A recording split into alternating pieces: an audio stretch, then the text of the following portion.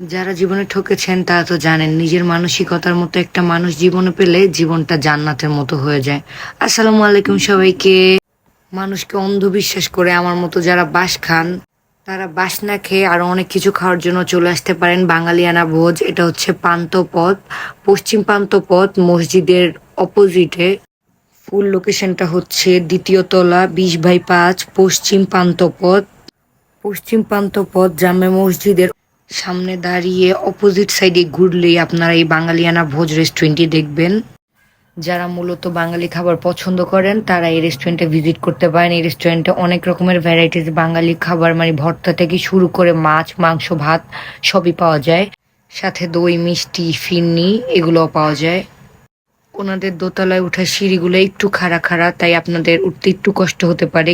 আমরা সবাই তো জানি কষ্টের পরে কেষ্ট মিলে, তো আমরা ওনাদের ফার্স্টে মেনুটা দেখে নিচ্ছি আমরা কি কি অর্ডার দিব। আর এই জায়গায় যেহেতু ভর্তার জন্য ফেমাস, তো ভর্তার একটা প্লেটার নিব, এটা মাস্ট।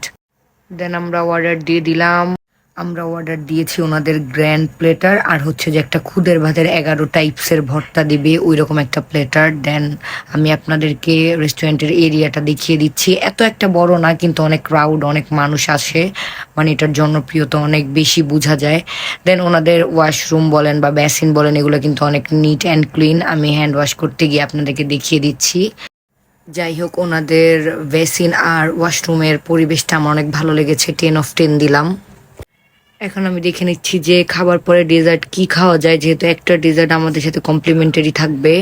আমি আগেই চিন্তা করে ফেলেছিলাম ঢুকার সাথে সাথে যে ওদিক থেকে আমি দই খাবো, কারণ দইটা যেভাবে উল্টিয়ে রেখেছে মনে হচ্ছে দইটা অনেক মজা হবে আর পারফেক্ট ভাবে জমেছে।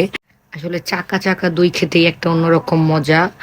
তারপরে খাবারের জন্য ওয়েট করতে করতে ফাইনালি আমাদের ভর্তার প্লেটারটা দিয়ে দিল। এটার সাথে কিন্তু খুদের ভাতও আছে, আর সাথে আমাদেরকে এক বালতি ডাল দিয়ে দিল। আমি দেখাচ্ছিলাম যে এটা অনেক সুন্দর, বালতিতে করে ডাল দিল। দেন আমাদের শো স্টপার আমাদের গ্র্যান্ড প্লেটারটাও চলে আসলো।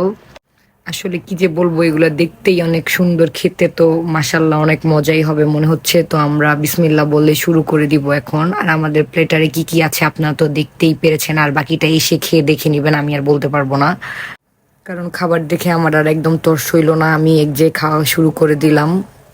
মাশাল্লাহ ওনাদের খাওয়ার কোয়ালিটি এবং কোয়ান্টিটি এবং টেস্ট পারফেক্ট, মানে অনেক মজা। দেন আমি খুদের ভাতের সাথেও একটু লেবু চিপে ভর্তা দিয়ে শুরু করে দিলাম।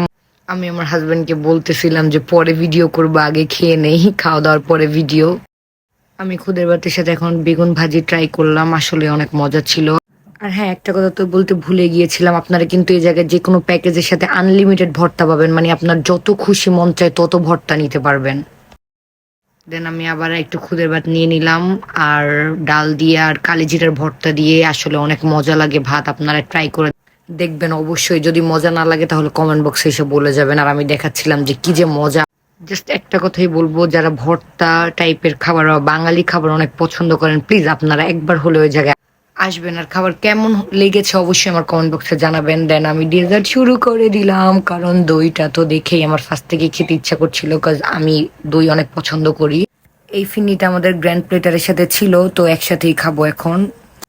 দেখেন দেখতে কি পরিমাণ লোভনীয় লাগছে, মানে পুরো একদম চাকা চাকা দই। আমি দইটা উল্টে পাল্টে দেখছিলাম, মানে এমন ভাবে জমেছে যে পড়ছেও না।